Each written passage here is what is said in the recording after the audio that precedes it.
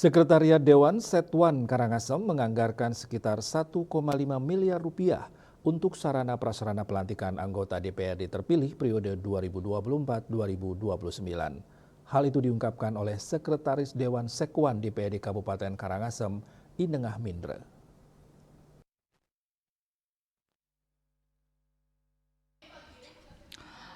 Mindra mengatakan anggaran 1,5 miliar rupiah yang dialokasikan itu meliputi pengadaan pakaian, lencana emas, upacara, hingga pelantikan anggota terpilih.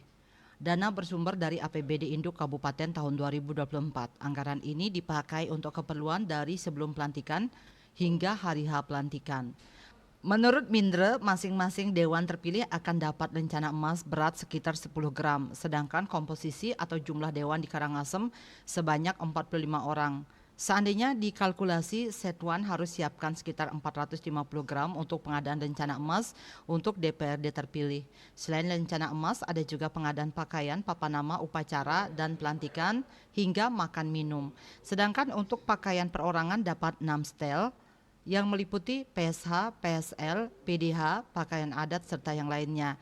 Dia menjelaskan untuk pelantikan anggota DPRD terpilih, rencana dilakukan tanggal 15 Agustus 2024, mengingat masa jabatan Dewan sebelumnya habis per 15 Agustus 2024.